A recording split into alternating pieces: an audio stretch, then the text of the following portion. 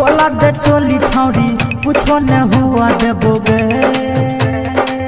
सुना दे हमर गोरी खोला दे चोली छौड़ी कुछो न हुआ देबोगे। धीरे धीरे सैनिटाइजर लगा के मजा देबो छौड़ी। धीरे धीरे सैनिटाइजर लगा के मजा देबो छौड़ी।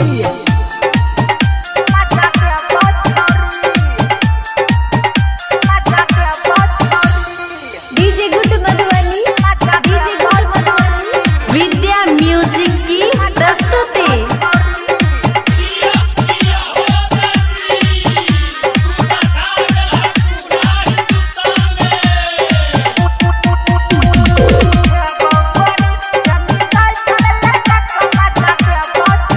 धीरे धीरे से चोली के खोलबो फेरो पाजा में तोरा के धरबो।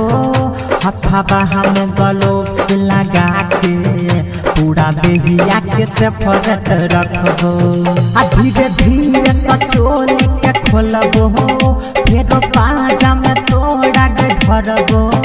हथवा हम ग्लोव्स लगा के पूरा देहिया के सेपरेट रखबो। सुना दे हमर गोरी खोला दे चोली छौड़ी कुछो न हुआ देबोगे।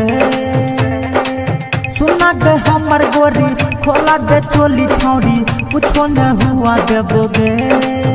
धीरे धीरे गोरी सैनिटाइजर लगा के मजा देबो छौड़ी। धीरे धीरे गोरी सैनिटाइजर लगा के मजा देबो छौड़ी।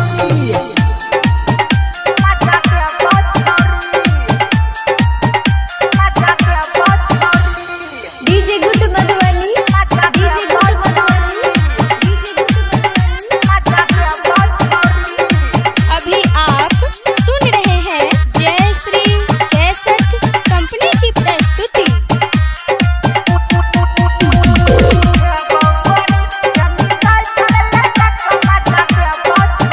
जब पलंग तोहर हिलत हो बड़ी महजा तोरा मिलत हो। राइटर विशाल बाबू सुधीर बहा तोरा सलरतो।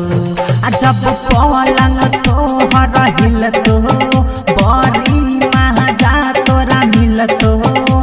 राइटर विशाल बाबू परदिना महा तोरा सलरतो।